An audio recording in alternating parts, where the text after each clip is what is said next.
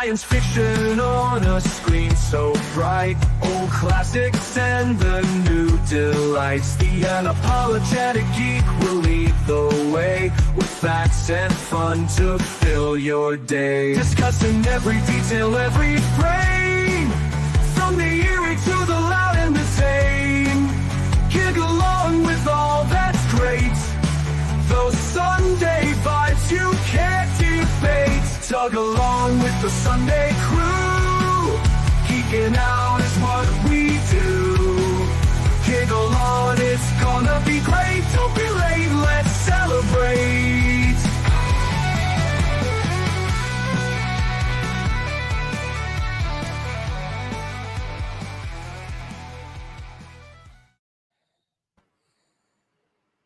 Harry, how's it going, everybody?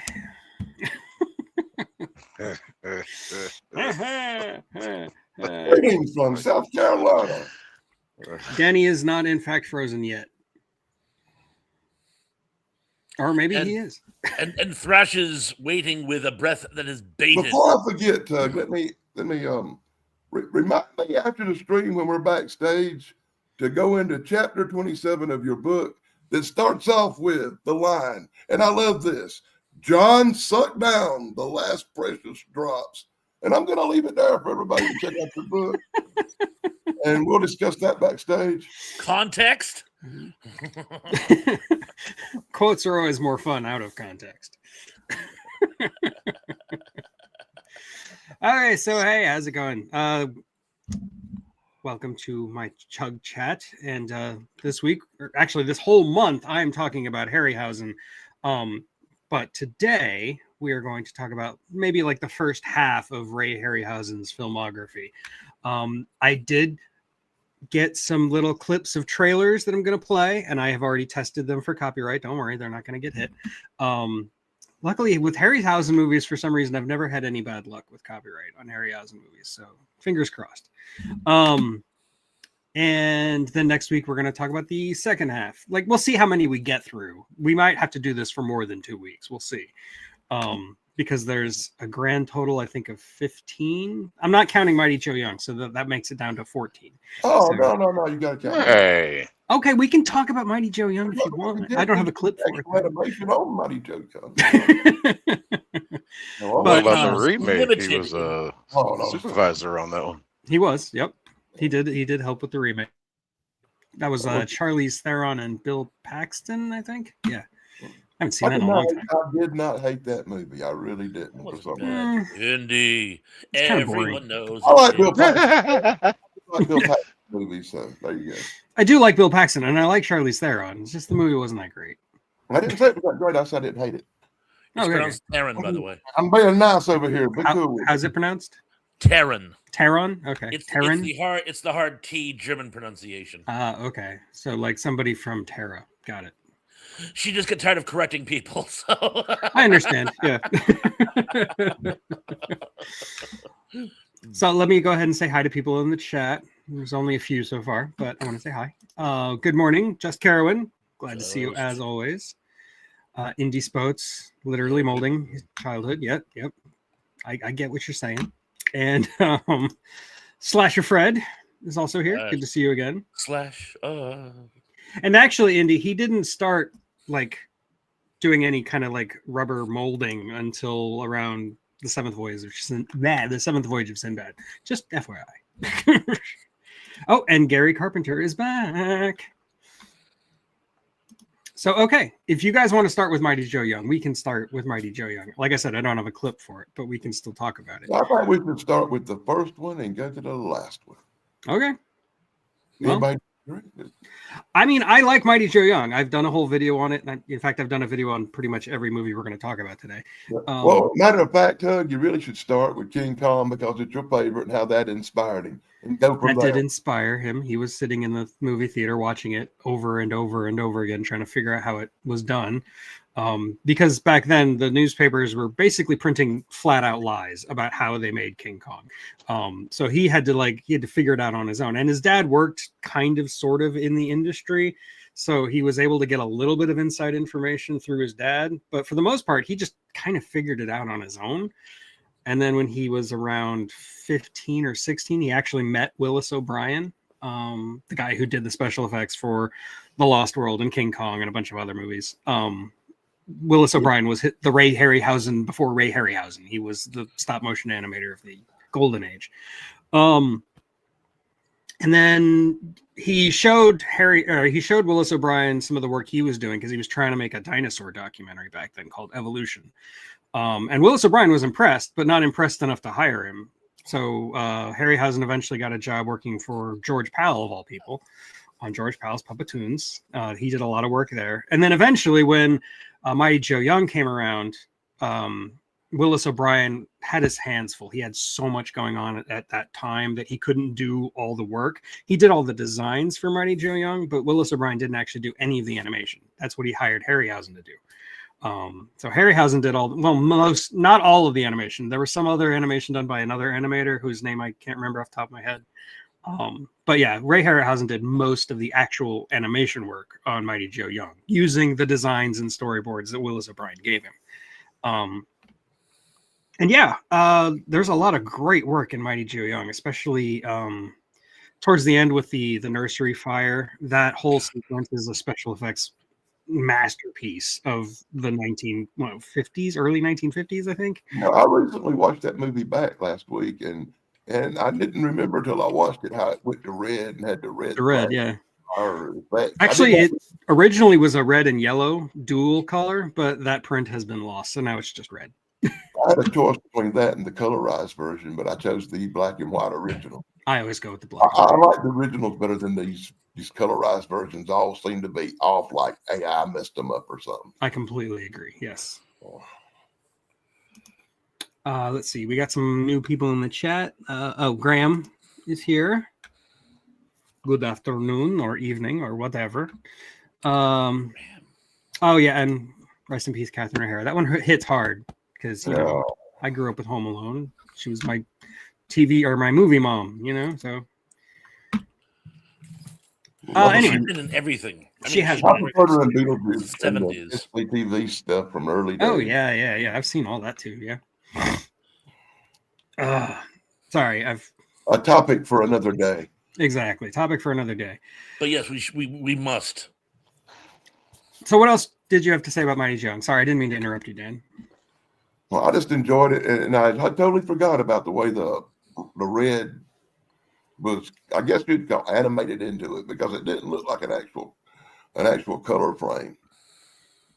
Yeah, but I did not have no memory of that till I watched it back. So it's always good to rewatch a classic movie once in a while. There's another black and white movie that does that. The Day the Earth Caught Fire, where like as the Earth is spiraling into the sun, the print turns red. Yeah. And we've lost Thrash. He's gone. He'll be back. Slasher Fred mentions that there were a lot of movies that followed in Harryhausen's footsteps, and particularly anything with Phil Tippett doing the special effects. He did like a bunch of the Star Wars stuff, like the Tauntaun, the Go Motion Tauntaun, which is actually stop motion with blur. He did all that, and he was obviously inspired by Harryhausen. He even worked with Harryhausen towards the end. I actually watched some Star Wars documentary recently where the animators and the people who did the CGI and everything for the Star Wars stuff all said that Harryhausen was their primary source for inspiration. Especially when they did the original Star Wars with the little models and everything, because all that was just straight up model work. Yeah. Are you frozen, Thrash, or are you reading? Oh, I'm sorry. I was reading, and I was trying to be discreet, popping out and popping back in, but there's no way to do that because once I pop out, you notice I'm gone. Yeah, exactly. So, but yes, I was reading, by the way. I was going to Equinox, by the way. I don't know how many of you have actually seen Equinox, but there's some actually really good special effects in that for a very, very, very low budget movie. That's the movie that was kind of the precursor to the Evil Dead franchise. Although opinion is divided as to whether or not Sam Raimi actually borrowed from it, but effectively it's 4 college kids go to a cabin for a weekend and accidentally, and I'm frozen already again, accidentally use a book of demons to summon demons. And I'll you should just stay for a while because your bro's looking really intelligent. All right, I'll leave it like this for a while. but I am still here. I like Shane. I like yours too, by the way. I don't know if I ever mentioned that. But... Yeah, I got my camera off. I don't want y'all to see the frustration on my face right now as I'm sliding all over this highway. I can picture it anyway. So, what state are you in, by the way? I'm in St. Paul now. Oh, dear God. Good luck to you. Don't worry, I'll be out of Minnesota soon. I'm going to Wisconsin. Out of frying pan into another frying pan. There we go. Where was I? You never notice when it's nice and pretty and clear up north, they send Shane home for the weekend. But when it snows, rains, or some bad weather, he's got to go up there. Yeah. Towards it, man. Oh no, and I gotta stop for like my mandatory 34-hour break. I gotta sit still. Weather's beautiful.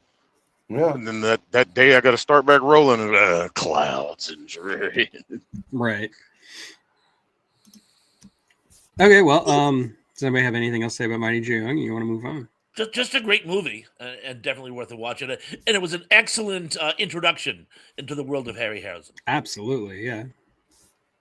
Okay, well, I'm going to go ahead and play the... I guess, honestly, I think Harryhausen really liked doing Mighty Joe Young because he was such a big King Kong fan. Honestly. Oh, yeah, absolutely. Yeah, definitely connect the dots there. You can see in the animation work with the Mighty Joe Young model how much he put some of the Kong into it, so to speak.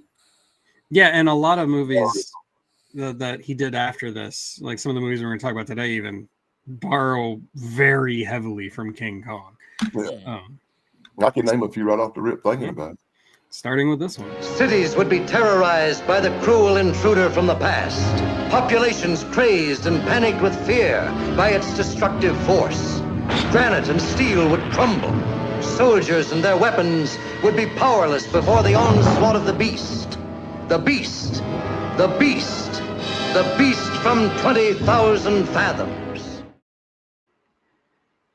Then Trash has disappeared again. He was trying to be discreet. The beast scared him off. Honestly, you picked probably my favorite. Yeah, probably my favorite of the Harryhausen movies, honestly. Really? I watched this Saturday afternoon in a blizzard, and I really got into it right when it come on. It was a blizzard. Yeah, because the movie starts with a blizzard. And he's in ice, and I'm like, I can really relate to this movie. But of all but of all the movies he made, this one and the Valley of Ganji or whatever, them two stand out as probably my favorites for some reason. The amazing thing about this one is literally there is before this movie and after it. This movie influenced everything. One thing in particular is there would be no Godzilla were it not for Beast of 20,000 Fathoms. They might have still made the movie, but making it into a sea dragon was based literally, not figuratively, literally on the work of Harryhausen. Oh yeah, IG Tsuburaya says that outright. He's like, yeah, I was totally inspired by it. And Tomoyuki Tanaka. Actually, they went one step further and actually used the fire breath in Godzilla movies that was in the original script. It was supposed to be in the movie, yeah. Couldn't afford it for that movie, It's even on the poster that the beast from 20,000 Fathoms is breathing fire, but you never actually see that in the movie because they couldn't afford it, like you said. I love this movie because it's a culmination of like this childhood dream of like two friends. You've got Ray Bradbury and you got Ray Harryhausen. They grew up as friends, and they always had this dream of growing up and making a movie together. Where Ray Bradbury would write it and Harryhausen would make the movie. He would do the special effects, and that's pretty much what the Beast from 20,000 Fathoms is. It's not really based on the Foghorn, which is the short story by Bradbury, but it's close enough. Inspired. Yeah. There's even a segment where the beast takes out a foghorn. So yeah, there is actually like a scene where you see it like attacking the lighthouse that is almost ripped directly from the illustration in the magazine. And that's the reason they had to buy the rights to the Bradbury story on kind of that one cover scene. Yep. Which was the That book is what cover, happened. the original book or short story cover, whatever. But Bradbury sold it for, I think it was like $10 or something. Like he was like, fine, if Harryhausen wants to make it, go for it. But it's just a good movie. I mean, the performances are solid. The human drama, I think, is equally entertaining as the special effects part, and you don't get that a lot. Sometimes you have great special effects, and the human interest story just fails. But I mean, it really does. I mean, the professor is amazing. Yeah, Cecil Calloway. I was gonna say, yeah. I was when I first saw the movie when I was a kid. I was actually heartbroken when he died. It was like wow. You said the words right out of my mouth, Thrash. He's just so enthusiastic and You know, he's so happy I first the saw- whole movie, and then he dies. When I first saw that movie as a kid, and I mean like probably 8 or 9 years old, and you're all into this movie for like as a child's eyes, right? When that professor got ate up, boy, I remember going, "Oh man, no, that did not happen."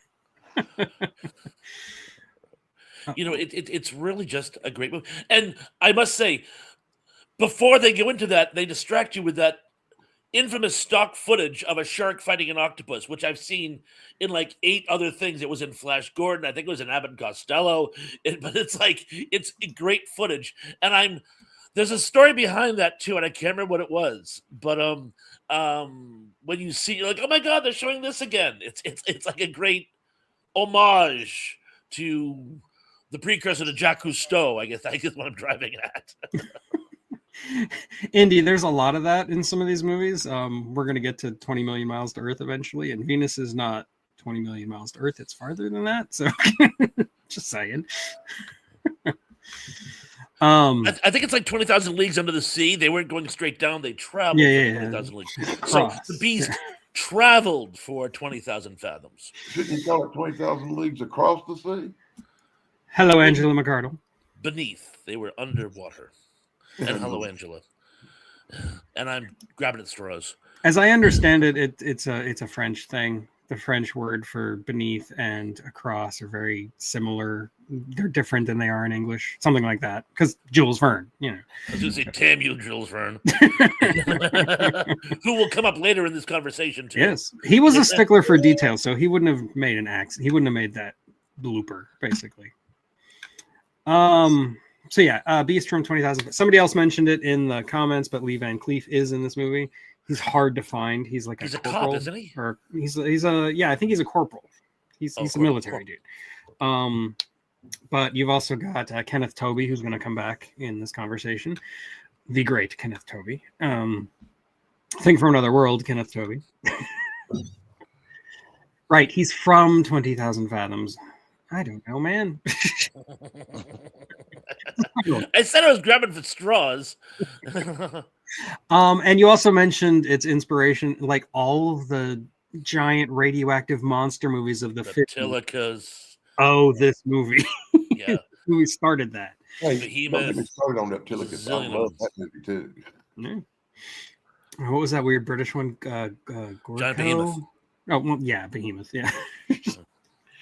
Was that the one where he takes out the clock tower of Big Ben or something? I think so. Yeah. That one.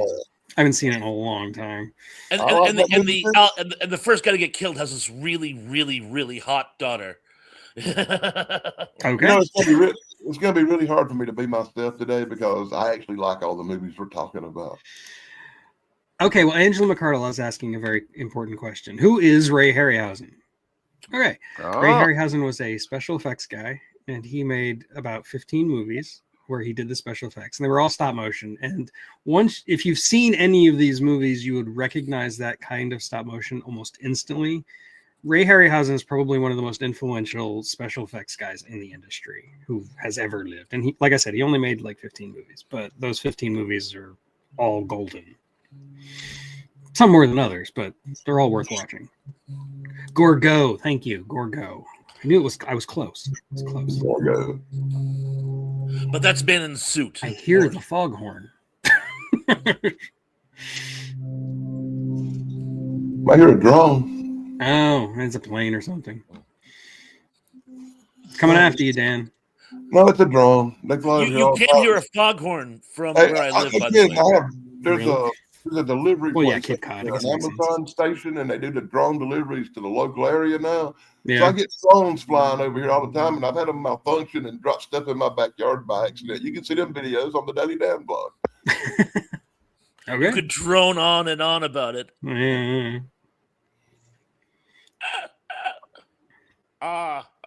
Humor. dying. Anyway, Beast from 20,000 Fathoms. Highly recommend.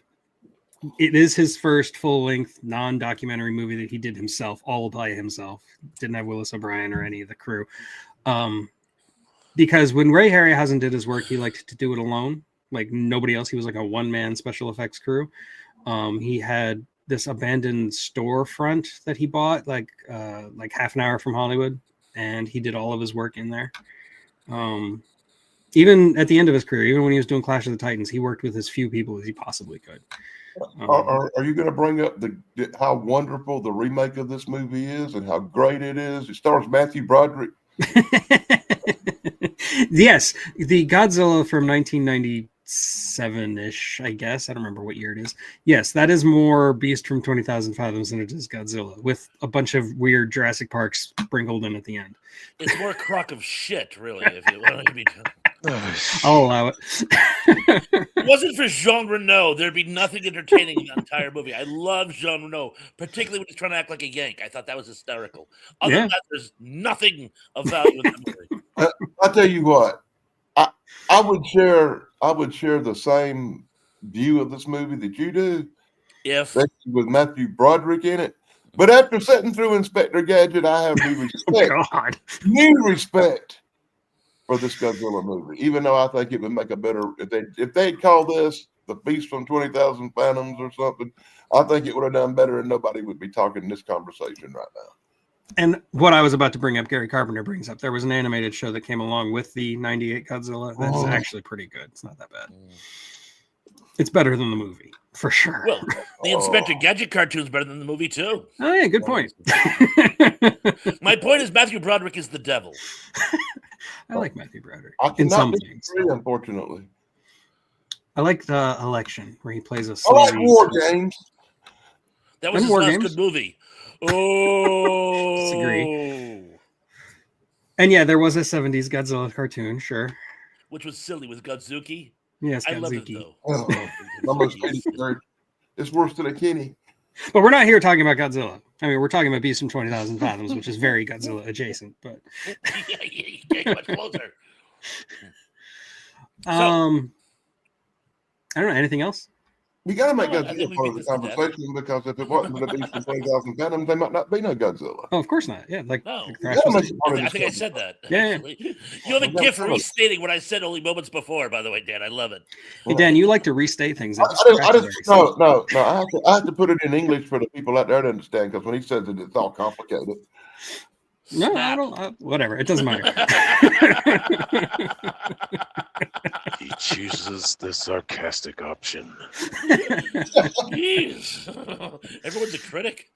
You ever see that? I'm not like that Saturday Night Live skit where you got the guy in the corner screaming when is it for the hearingly impaired? Yeah, this is for the hard of hearing. Good night and have a pleasant tomorrow. That's Garrett Morris, by the way.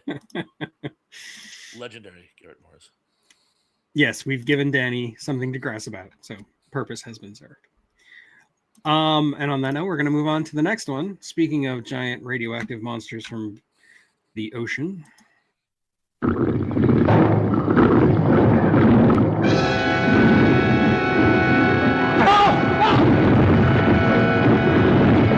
A tidal wave of terror engulfs the screen as a raging monster from the dawn of creation attacks the world of man.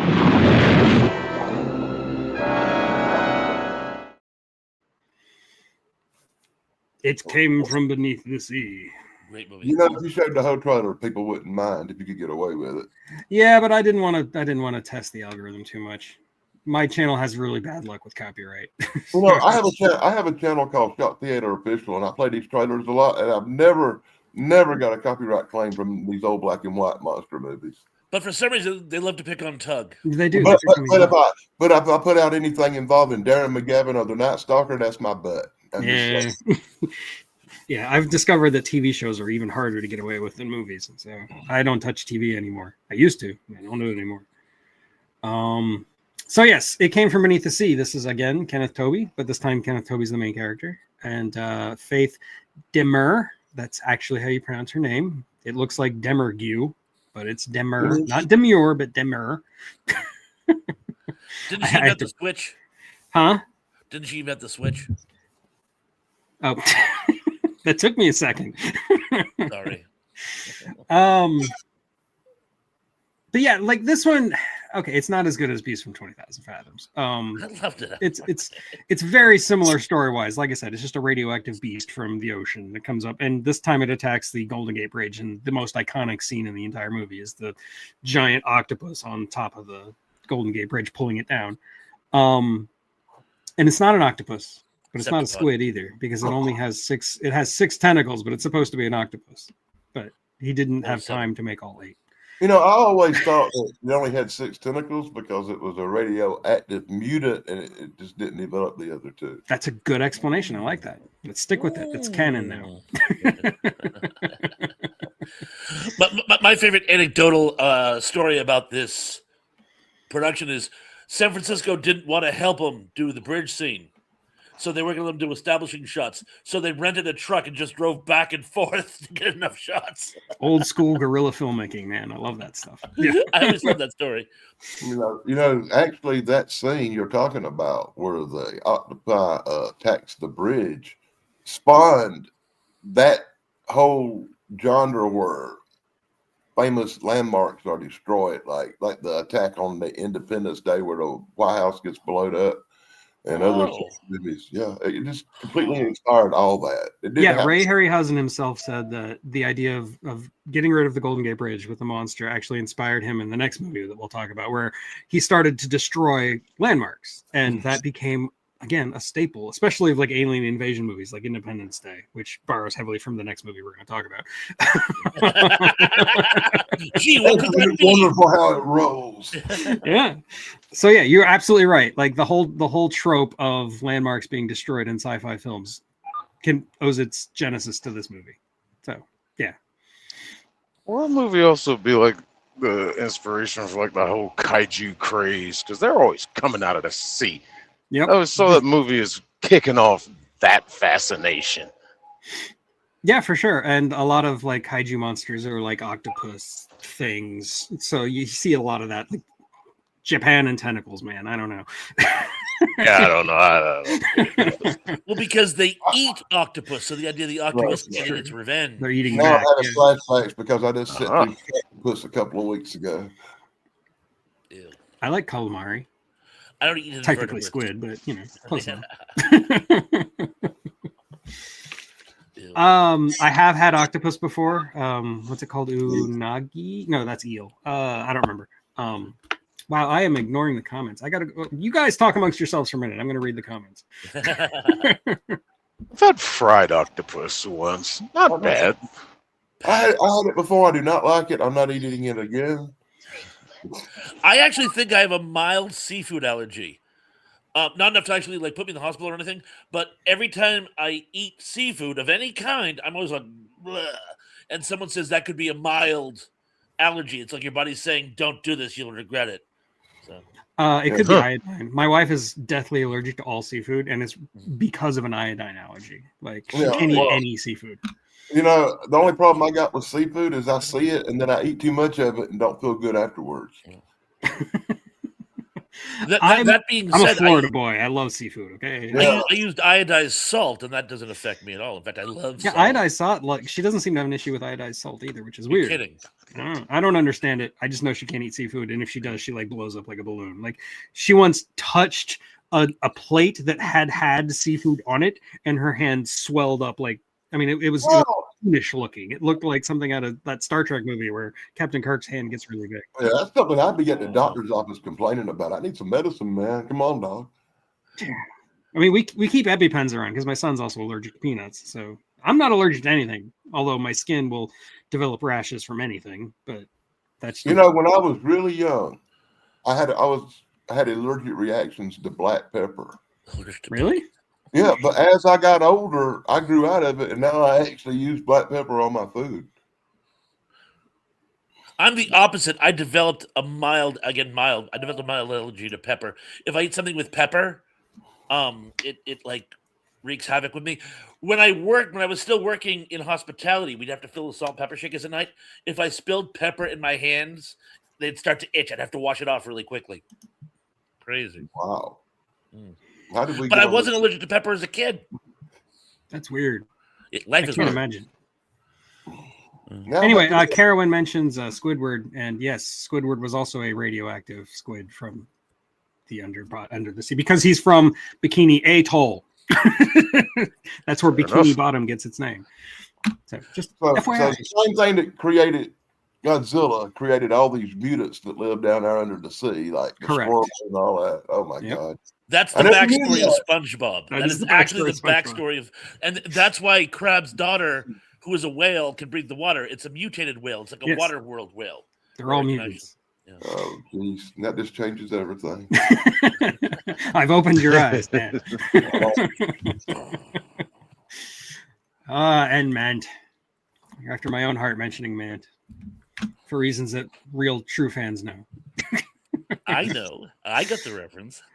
Taco, you're right. It's taco, and it's not like a taco, but it's pronounced the same way. Taco. Putting on the Ritz. See if anybody got that.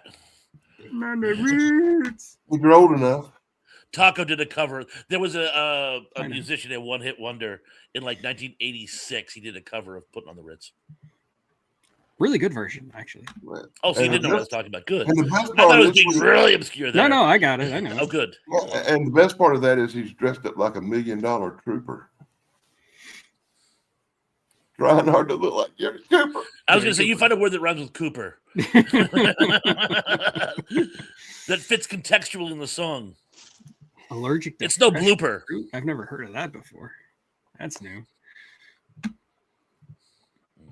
My wife's not allergic to flowers, but she doesn't like them, which is I think it's great. It saves me money. My wife's allergic to the diamonds. I'm getting a dirty look. I My wife was- loves flowers, but she only liked plastic ones that would last forever. I've gotten my wife cookie flowers, like flowers that are actually like cookies. They're like made of cookie dough. So, but when I was young, when I was really little, like the first time I fell in love with a girl, the first time I had a crush, I tried to give her a flower, and as soon as I picked the flower and was about to hand it to her, a bee came out and stung me. So that taught me everything I needed to know about love at a young age. I was going to say, things went downhill from there. When you said that, I heard the song "Love Hurts" start playing. Oh yeah. Oh, I remember a film about something that attacked a cruise ship and killed everyone inside. Then a group of people come aboard, rowdy rob the place. Okay, that's the plot of a couple of different movies I can think of. There's a virus. There's a ghost ship. There's a few others. Go on. Yeah. But you mentioned the best one because it had Jamie Lee Curtis in it. Yeah, Jamie Lee Curtis. Yeah, best part of that movie. Only good part of that movie. Oh, there's a scene that sticks out where some chick runs into a bathroom stall and gets sucked into the toilet. I feel like I'd remember that. Yeah, that sounds memorable for sure. I'd remember that. Right, Sandy the squirrel was not actually irradiated. She's just a crazy squirrel. So there you go. How could she talk? Well, she's in a diving suit. But- Don't you but- watch whack SpongeBob, herself. Dan? Come on. but she talks, so she's definitely mutant or radiated or something. I've because- talked to a squirrel. I mean, No, she's from Texas. That's why she talks, because all Texans are mouthy. All my exes not live wrong. there. eh. And yes, every 7 years you can develop a new allergy because you're. It's not all the atoms in your body. It's all the cells in your body have been replaced every 7 years. And it's not entirely true. Some of your neurons last longer than that. But for the most I should hope. part. But it's the metabolism specifically. Yes. And your skin is replaced, I think, every year. Like within a year, you've lost all of your skin and grown new skin, which is disturbing to think about. I saw this movie last night where this guy lost all his skin in 2 seconds. Ew. The Predator should do that. Wolverine, by the way. Oh, okay. Yeah. Great movie. Deep Deep Rising. Rising. Thank you, Wendy. Deep Yes. Okay. And not Beyond the Poseidon Adventure. There were no No. monsters that attacked a ship in the No, Beyond the Poseidon no, Adventure. that's It was just tidal wave. Mm. But yes, thank you, Indy. Got it. Everybody's saying Deep Rising now. Okay, so unless anybody has anything else to say about It Came From Beneath the Sea, let's move on. And I think we squished the squid. I think so. Squish Now, the fish. I've already previewed this one enough. I'm just gonna click it. Flying saucers have invaded our planet. Washington, London, Paris, Moscow are key targets. The whole world is under attack. Can it survive?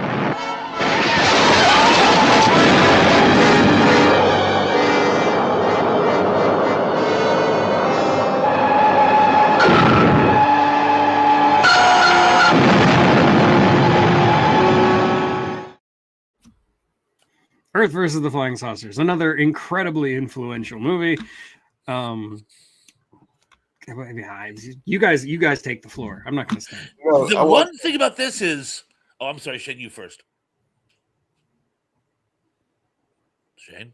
I think Oh, Dan. I didn't say anything. Yeah, Dan. Oh, okay, Dan, you go first. I watched a documentary about the making of this movie recently, and it was so wild how they painstakingly had to go back frame by frame and remove the strings from the saucers. They had hours of footage of him sitting there doing one frame at a time, removing the strings from all the footage in this movie.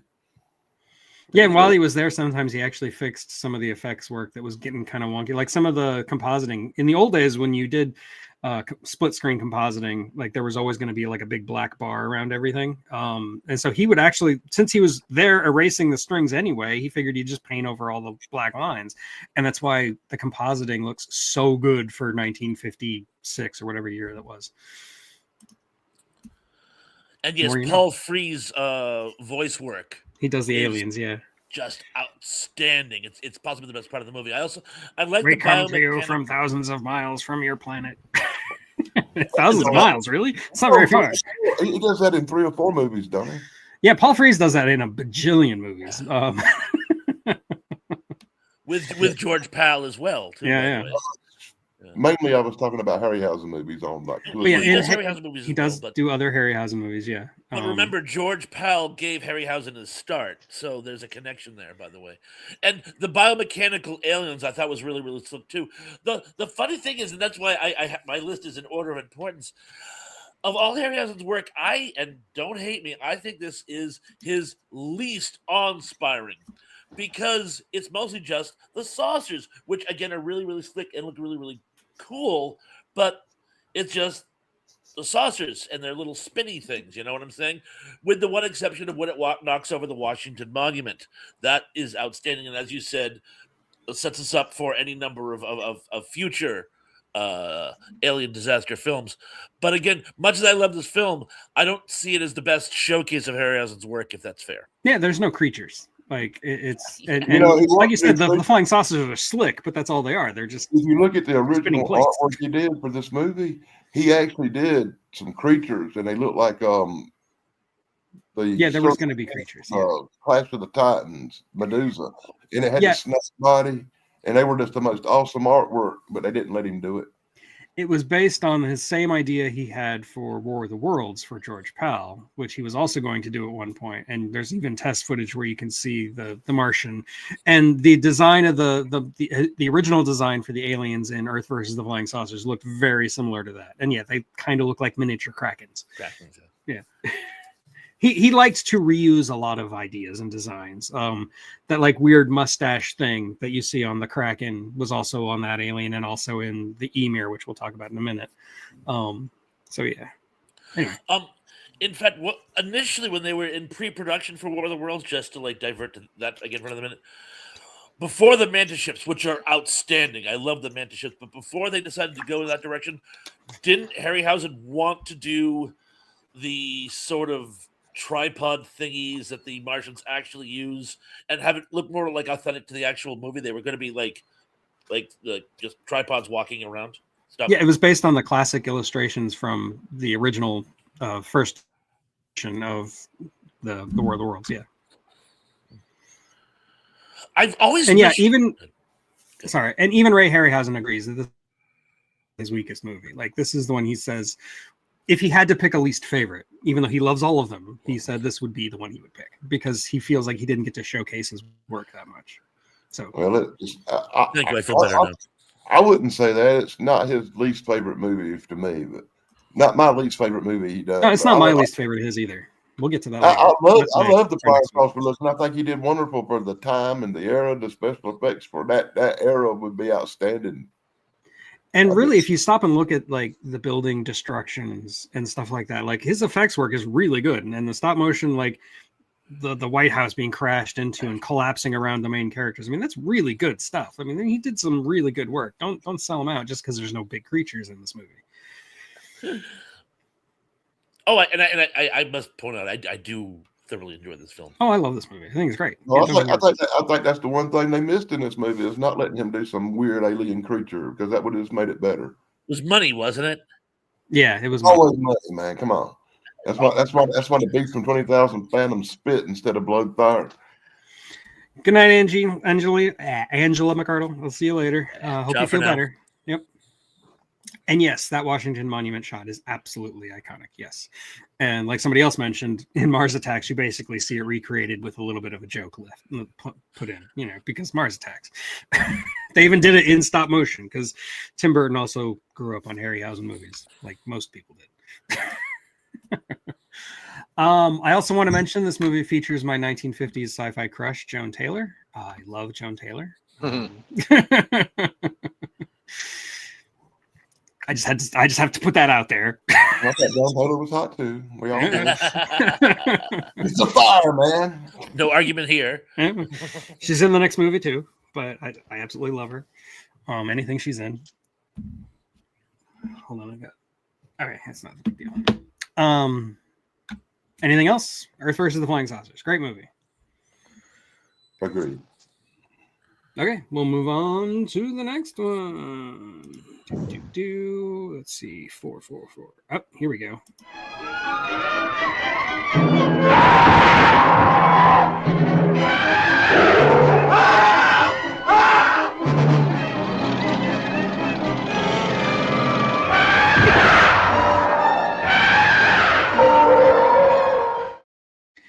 We go from Harryhausen's least favorite to his absolute favorite. He loved the Emir. He thought it was his best creation.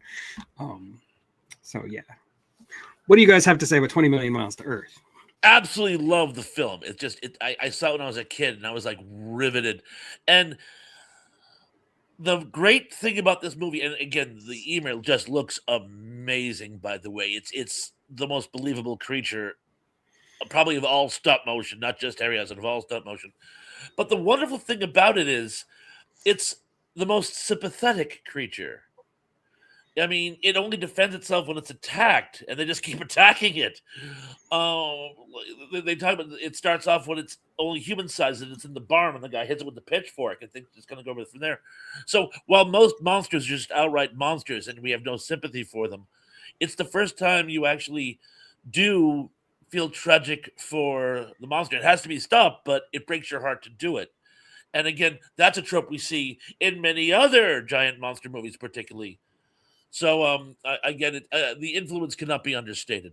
But it also goes back to King Kong, which this is, if you look at the plot, I mean, if King Kong came from outer space instead of from Skull Island, basically the plot would be the same. It's exactly the same.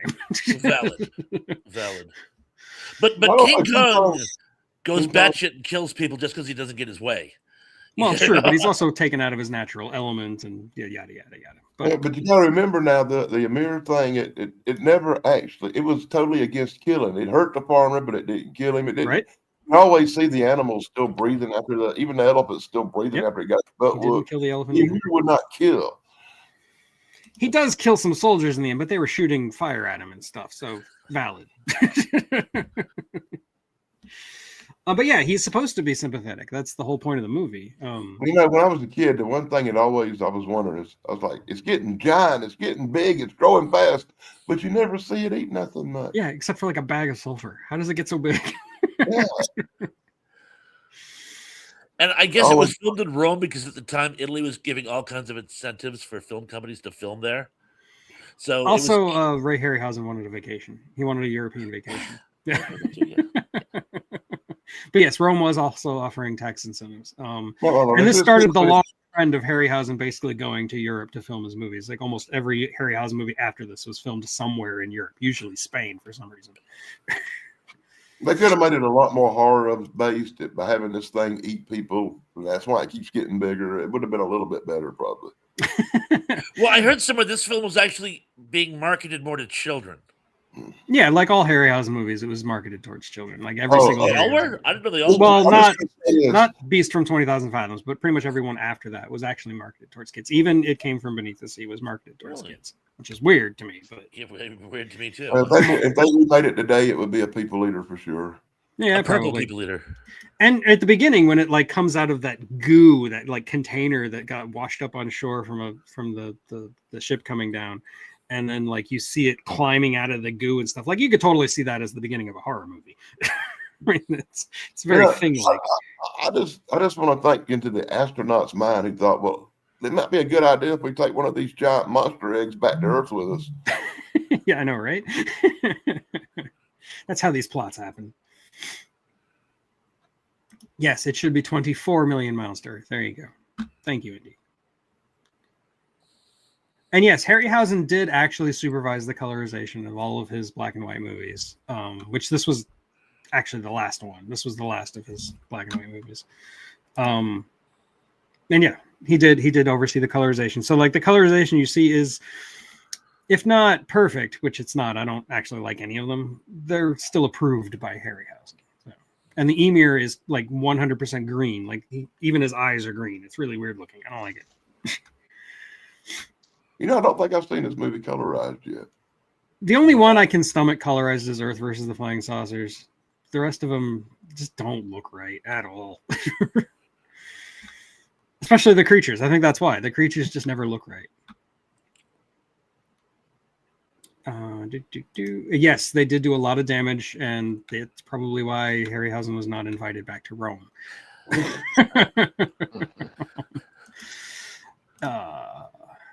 So yeah, anybody else have anything else to say about the Emir? I love the Emir. He's great. It is amazing. Well, there's a tidbit that'll come up later, but I want to give the game away, so be prepared for a tidbit. Okay. I have to say it's probably my favorite of all his creature designs. Absolutely, it's and I love the way he reused it later on. Yeah, he repurposed a lot of his armatures for later movies, and this one came up right away, like in the very next movie. So let's go ahead and get to that. Let's talk about the next one. Sorry, it takes me a minute to find it. There we go. This is Dynamation. Dynamation will be brought to the screen for the first time in color with the release of Columbia Pictures' The Seventh Voyage of Sinbad. Dynamation is a new process which utilizes new technical and scientific advances in electronics and color to open up vast new vistas in motion picture entertainment.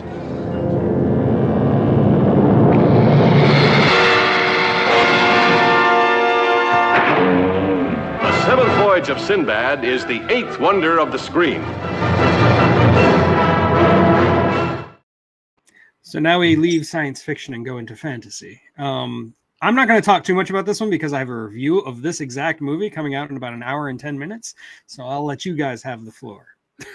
Absolutely love the dragon in this. It's one of my favorite dragons in cinema history.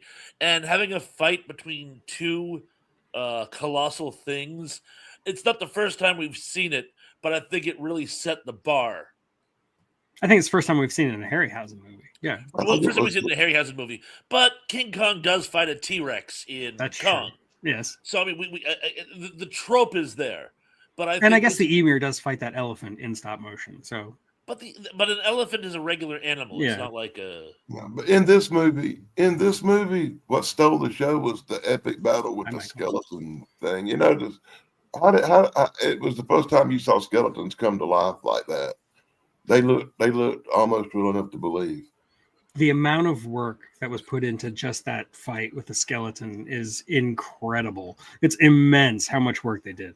They hired this Italian fencing master who had just won I think a bronze or something in the Olympics. And they had him play the skeleton against Kerwin Matthews, who plays Sinbad. And then they filmed it, and then they filmed it again, and then they filmed it again, and then they filmed it again. And then they filmed it one more time without the fencing guy, just Kerwin Matthews reacting to nothing. And then they filmed that, and then they superimposed through Dynamation the skeleton in front. And that little bit of animation with the skeleton apparently took Harryhausen longer than the rest of the movie combined. Like, I saw they said it took him all day, a whole day, to do a half a second of the footage. Pretty much, yeah. And there's also like a lot of little things in this movie that you don't really notice, but you kind of take for granted. Like you were talking about the dragon. You don't even think about it, but the dragon's breathing. How do you simulate breathing in stop motion? That's really hard. And the way he did it, he used a bladder with a valve on it, and he would just like very slowly fill it and empty it and fill it and empty it, you know. But that and he had to time it absolutely perfectly to get the breathing right, and like to inhale at a certain speed and to exhale at a different speed. And the amount of thought he put into that is crazy. So anyway, I said I wasn't going to talk about this movie too much, but here I am talking about the movie. Of all the movies, it required probably the most of his effort to get it out. Yeah, and the skeleton stuff would inspire an even grander skeleton sequence a couple movies later. Which I don't think we're going to get to that one today. We'll probably get to that one next week. Well, I sincerely doubt it, but we're definitely going to have to talk about it. Yeah. And yes, nobody's mentioned The Rock yet. I love The Rock. I can smell what he's cooking. He begged for it. Yeah, I know. I couldn't resist. I'm sorry. I do feel bad about that one. And yeah, the dragon, by the way, speaking of the dragon, the armature from the beast from 20,000 Fathoms is pretty much the same armature they used for the dragon. That's why a lot of these armatures don't really exist anymore, because he kept repurposing them until they fell apart. So. Anything else? I heard somewhere, I guess after Harryhausen died, they were doing like a cleanup, and people went to like clear out his garage, and on a shelf in his garage was the dragon, and they're like, ah! It's like, the guy was in awe because he knew what it was. Like, yeah, I thought it was still alive. Harryhausen? Oh, no, Harryhausen died not too long ago, like 10 years ago, maybe. 2012. Oh. He was very old, wasn't he? Okay, don't tell me that's more than 10 years ago. Okay, shut up. 10 years ago was 1987. Right. Yeah. It gets worse, Tug. I promise you it gets worse. I know. I'm still young compared to you. Well, I want to know, boy. That's why I like hanging out with you guys. You make me feel young. Compared to us, you are young. Sorry. Don't mean to make you feel old. Kind of. But no. Everything makes me feel The old. only thing that makes me feel old is this white stuff behind me. Makes my legs hurt. And yeah, Carolyn, I don't want to hear it. Yeah, okay. Let's stop talking about how old we are. I also just want to. This has nothing to do with Harryhausen, but The Seventh Voyage of Sinbad is one of the best movie soundtracks ever. Like, and it's actually the AFI, I think, has it as number 3 of the greatest movie soundtracks ever made. And I have a hard time arguing with it. It's so good. Bernard Herrmann, who, he did Psycho, he did most of the Hitchcock movies, did a bunch of other stuff too. He wanted to do fantasy. Like, he had a dream of doing fantasy, and he offhandedly told Charles Schneer, the producer, that like 20 years before The Seventh Voyage of Sinbad. And Charles Schneer remembered that. And while Harryhausen was busy trying to get Max Steiner, the guy who did the music for King Kong, Schneer basically said, no, forget about Max Steiner. I got somebody else. And he got Bernard Herrmann to do it for basically the lowest rate that he could get from the union. Because Bernard Herrmann just wanted to do it. And you can tell Bernard Herrmann put everything into The Seventh Voyage of Sinbad. I did not know that. I played as much music as I possibly could without getting the copyright hit. So that gives you a feel for it. Because he wanted to get that Arabian flavor, but he also wanted to give it that fantasy flavor and all this other stuff. And it's so bombastic and it's perfect. It fits the tone of the movie so well. So. That's a great anecdote. I really love that. I never knew that before. I don't usually talk about movie music on my channel because it's so hard to talk about without playing it. But I had to mention Bernard Herrmann's Seventh Voyage of Sinbad score. It's so good. But now we live in the modern age, so when you talk about it on the sign on a phone, somebody's probably flipping it out and playing it right now. Yeah, you have to That's play it for right. yourself. Yeah. Yeah. And Bernard Herrmann would go on to score a couple more Harryhausen movies. And actually, believe it or not, this one wasn't even his favorite of his Harryhausen movies. Weird, but he liked the next movie. We'll talk about that in a minute. Yeah, I know too much about Bernard Herrmann. And there was a audio commentary on the Seventh Voyage of Sinbad that I watched a couple weeks ago in the lead up to making my review. And one of the guys there had written a biography of Bernard Herrmann. So he was talking about Bernard Herrmann over and over and over again. So that kind of like leaked into my brain. Mike Silva's here. Hello, Mike Silva. My problem is whatever leaks into my brain don't usually stay there.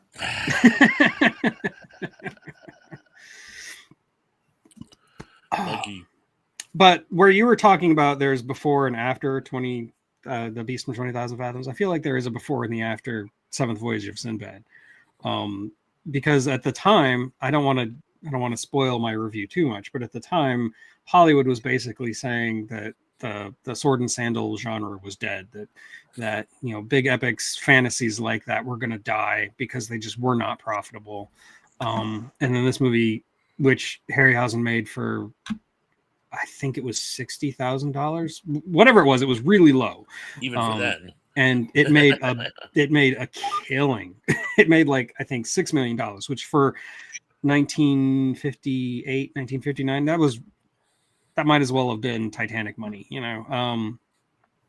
So unfortunately, Hollywood learned the wrong lesson, and then they made Cleopatra, which we've talked about at length on this channel, and lost a killing. We'll talk about it today. Anyway, like I said, I just reviewed it, so I could talk about this movie all day, but I think we should move on.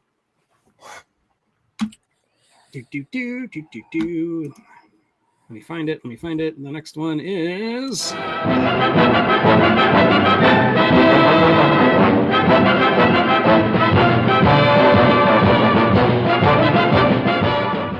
Only the miracle of super dynamation could make this possible.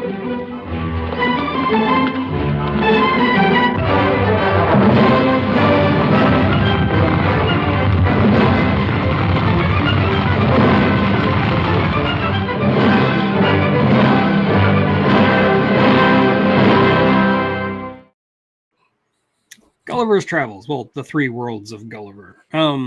This is definitely his most directed at kids movie. Like this is basically a kids movie. And watching it as an adult, it's a little too much, honestly.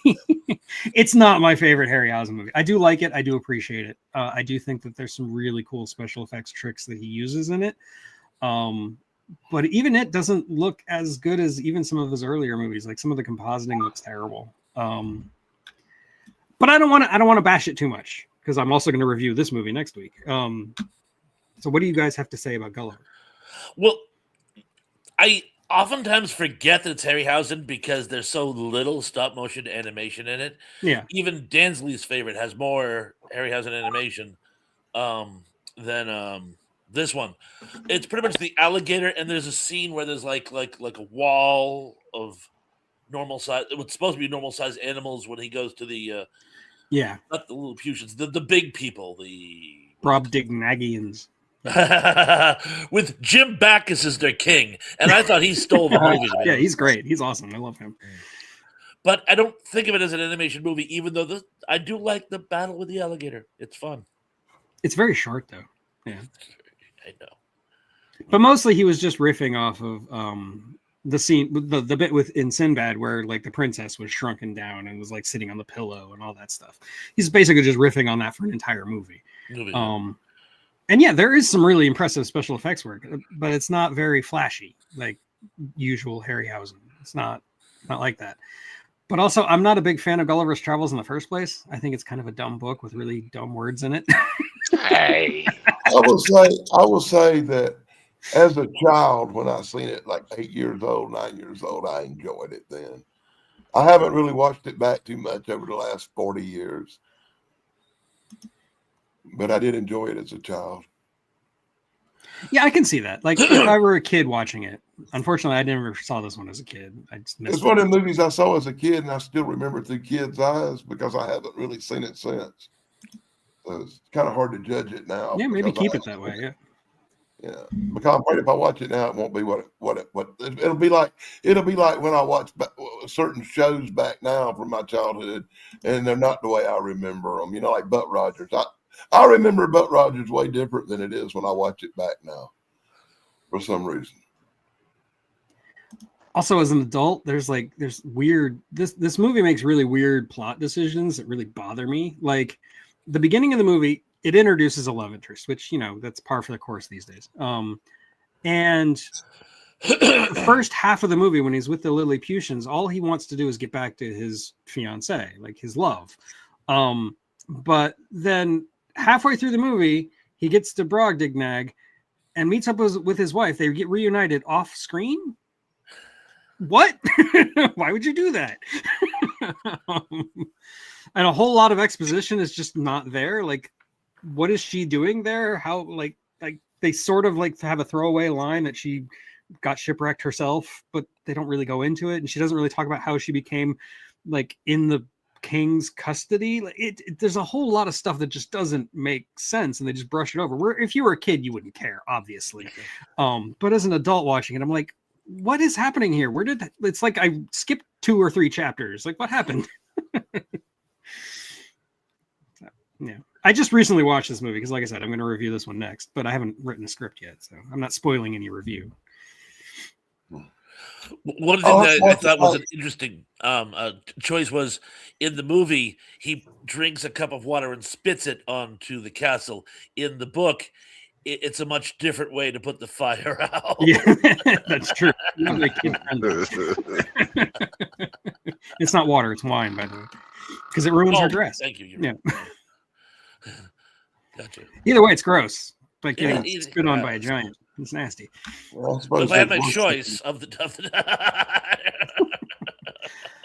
I will say some of the humor, while obviously very kid-oriented humor, I don't know, it does kind of work for me. Like the absurdity of the king wanting his eggs opened from the small end and the other king wants it from the big end, and they go to war over that. It's kind of cute. It's in a Monty Python kind of way. I can see that being funny. Well, wasn't it written as a political satire, the book? Oh, totally. Yeah, absolutely. And the movie does lean into that, as it should. It's appropriate. Yeah. Is that it? Are we done? You move I'm on. definitely put it on my rewatch list of the other 500 movies I need to watch. This one was a hard one to find, actually. Of all the Harryhausen movies, I think this one. Well, no, I had a really hard time finding Guangxi. It was probably the hardest one to find. But this one was actually difficult to find for some reason. I don't know why. I think I bit the bullet and actually got it from Amazon, which is like my last resort is Amazon. Okay, so let's move on to the next and actually last one for the day, and then we'll wrap up.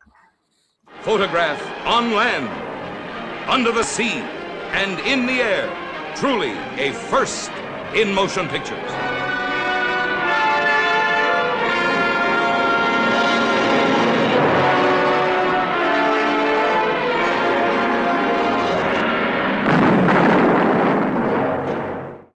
Oh, look, Jules Verne. Yeah, man. Now you picked one right here that I freaking love. This movie. I was a big Jules Verne fan. I love Captain Nemo, and when I saw Lost Island, it just opened all kinds of possibilities in my mind that Nemo's alive and the story's going on. And I think this is the best version of Mysterious Island. I've seen hands down. Yeah, it's easily it's the best one. I feel like they did the character of Captain Nemo more justice than even the books do. I think he actually has better character arc in this movie, even though he's only in like the last half an hour of the movie. He's not in the whole movie. And originally they actually did want to get James Mason back, but they just couldn't do it. So they wound up with Herbert Lom, who does a great job. I love Harold. I love him as Nemo. I mean, it's really hard to beat James Mason's Nemo, but he still does a good job. Herbert Lom does a really good job. And yeah, they added a bunch of big creatures for Harryhausen to animate, which are not in the book at all. They made this whole thing where Nemo's inventing this gigantism technology to feed the world. Well, we lost Shane. Get back, And Shane. I think that works. I think it really works. And it gives a chance for Harryhausen to shine. That like giant crab monster and the big chicken thing. I mean, I love this movie. This movie's so much fun. I love the guy who has a Southern accent, but it's like a British accent hybrid. It does a terrible Southern accent. I love it. I just always thought instead of him developing that giant formula, to feed the world, I just always thought it would have worked better if the radiation from the submarine had caused mutants. It would have been more, I don't know, believable. Just saying. And yeah, Disney had no choice. Nemo was in the public domain by then. So anybody could make a Jules Verne movie. At least I think so. Correct me if I'm wrong, Indy. Now, with the giant, isn't it true that they actually used an actual crab carapace? Yes, that is a real crab that's been stuffed with a animatronic armature. But yeah, it's a real crab shell. Yeah. Oh yes, and of course, how could I forget the bees? I love the bees. Not the bees. Not the bees. I hate bees. Not the bees. A little side note on that is even though they used a real crab shell, they only bend it forward motion, not side to side, because it was too difficult for the camera. Good point. I believe that. I didn't know that, but I believe that. That's cool. So yeah, I know a lot about this subject. No, go for it. Talk. I've been dominating too much of the conversation.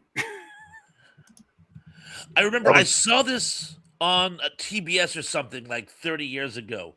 And when TBS would show movies and they would have like a special guest host, they got Bob Denver to be the host. Whole Gilligan's Island connection. Yeah, of course. And he told this anecdote. He goes, when we did the pilot for Gilligan's Island, we built the shelter. The men built the shelter and the women took it. And when I saw this movie, I'm like, oh my God, the men built the shelter. And when the women show up, the first thing they do is take it. And so it was a little synchronicity there. So every time I see this movie, I think of Gilligan's Island. And wouldn't Gilligan's Island have been cool if there had been stop motion animation in it? Yeah, why not? That would have been great. Wouldn't Gilligan's Island been a lot better if the minnow had got wrecked on Mysterious Island? See, I actually think of the TV show Lost because I feel like Lost is borrowing from Mysterious Island a lot. Last season too, by the way. Yeah. Any book or movie or TV show which mentions people on an island is used as source material for Lost. All of it. You can actually. We could do an entire series on. Oh, they took that from that. They took this from this. I mean, you're not wrong. Yes. It's sort of like what Del Toro did with The Strain. Oh yeah. Anything with things with big teeth. Where you like even Brian Aldiss, and I was amazed. I didn't think anybody read Dracula about besides me. I was originally going to do a live stream just talking about Lost. I was going to do it with Ian, but he doesn't really do live streams anymore, so I just feel bad. I don't want to do it anymore because I don't want to do it without Ian. I know. I talked about Facebook every night, and that's about it. Yeah, me too. He's still around. But he's just not. He doesn't have the big internet footprint he used to, which is fine. You're perfectly allowed to do that. He discovered girls. Finally. Yeah, well, I'm married, so whatever. I've been married too, but Ian discovered girls. So, Dan, personal notes. So don't feel free to not answer. But how many times have you been married, by the way? All kidding aside. I've been married 3 times. 3 times. That's what I thought. 3. Thank you. There's a picture of Godzilla on Gilligan's Island and the passengers are. But 2 of them times was briefly.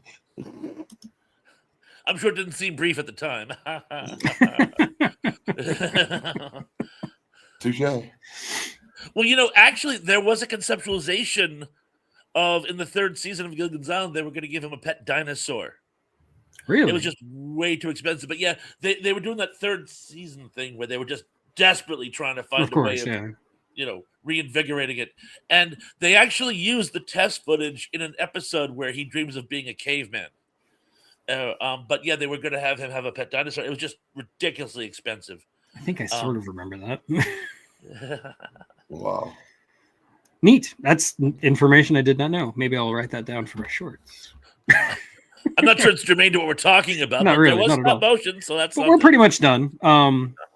So like I said, I wanted to save the second half for next week, where we will have Damien on board as well. And we are exactly halfway through. Because like I said, there were 15 movies, including Mighty Joe Young. So we've just gone through 8, including Mighty Joe Young. So there's 7 left. Also, I haven't watched some of the ones from the later half recently, so I got to watch them again this week before we can talk about them. I own them all, but I still have to watch. I haven't watched Guanji in a long time, and the last 2 Sinbad movies I haven't watched in years, so I got to watch all those this week. Anyway, Thrash, what you got going on tonight? I mean, we were supposed to have a live stream, but we might not. Yeah. Not looking good. I still hadn't heard. Sarah's supposed to let me know if her internet come back on, and I still have not heard from her. So I'm assuming right now we're 50-50. If now is Graham still in the chat? By the way, I saw him earlier, and I meant to mention this, but it was a personal matter, so I didn't. I haven't seen him in a while. Drat. Because initially tonight we were going to do short-lived American sci-fi, because I promised Graham that I would talk about the best of English sci-fi when I do solo. Now, if we can do a group chat because we don't have Sarah, I will still go on live tonight. The show must go on. But I'm not going to be able to do English science fiction because I haven't gotten Graham's submissions and I'm not prepared. So I'll probably just do speak of the devil. Graham, if you're on Facebook, this will simplify everything. If not, and forgive me for taking up time. No, it's fine. Like we finished early, so go for it.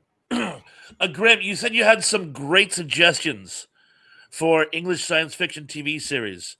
If you're on Facebook, send me a friend request and we can DM. If not, fine, go to my my YouTube channel and pick any appropriate post or content and leave me a message and I will look. I'll get it because I always check my recent messages. Again, I'm not prepared to do English today. I will do it very soon, and I'm dying for your input. But tonight would probably be just general Q&A with some fun fact trivia that I'll have to put together on the fly. But I'm hoping you guys can join us tonight because that's what I was prepared for. But if not, the show must go on, to be redundant. We'll see. And yeah, last we heard from Sarah, her internet was having issues, and I think she wasn't feeling too good. So we're not really sure. We haven't heard from her in a while. I know. I'll try to get in contact with her later. I'm just going to give her to about 5 o'clock Eastern, and a couple hours before the show to see what was up before I canceled. What's wrong with Blake 7, Indy? I like Blake 7. Well, unfortunately, I never saw it. They didn't have it in my area. So. No, before we go, It's too bad.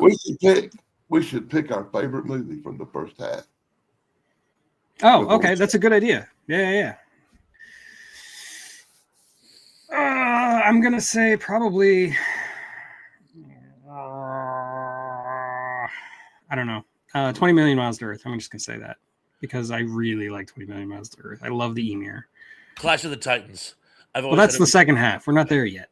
He said from the first half, from today. Oh, I'm sorry. I thought I'm sorry. So from this show, anyway, you go ahead, Dan, because I have to reconnoiter now. I have to agree with Tug. It's the Emir. It's 20 Million Miles to Earth is probably, of what we saw today, the best movie to be my favorite. But I still love the other one better. You know, the Beast of 20,000 Fathoms will always. I was going to say, much as I love the Emir, I will have to pick the Beast from 20,000 Fathoms. That for me, there was before that and after that. It's a hard choice, but as much as I like the Beast from 20,000 Fathoms, I think the Emir and the 20 Million Miles to Earth is a better movie. I think what it comes down to with me is that I feel more emotion from the Emir dying. When the Beast from 20,000 Fathoms dies, I don't care. But when the Emir dies, I feel sad. And, it actually, I feel something. And anything that makes me feel something is good. So.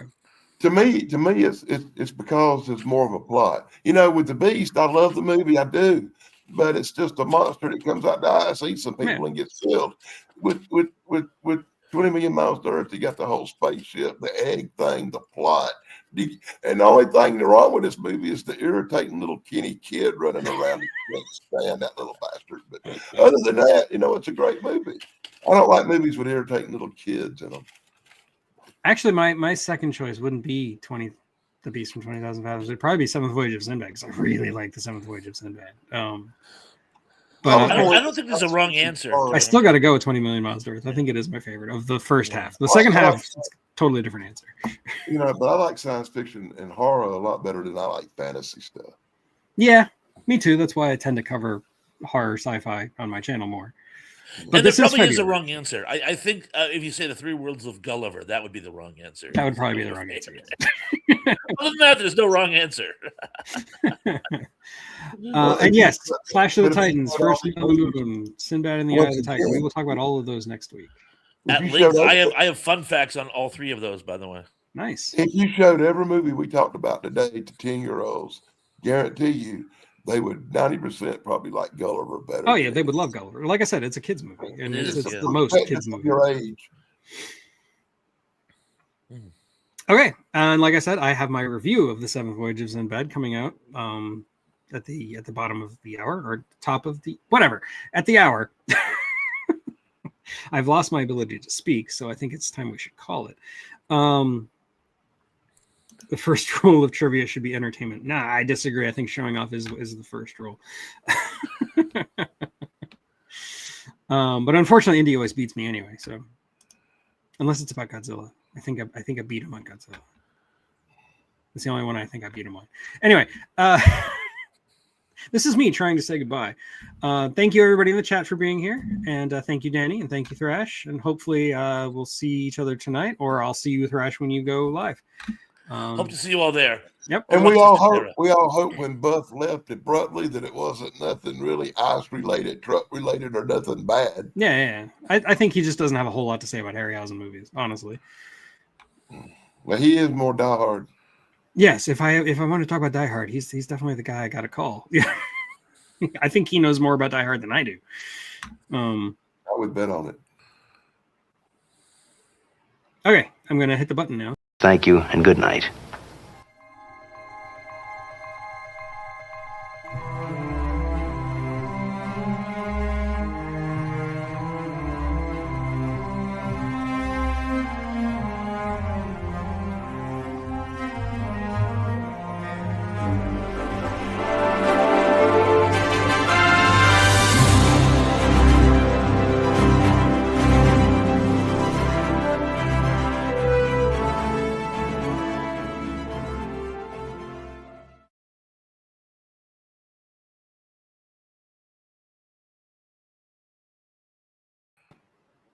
I think at the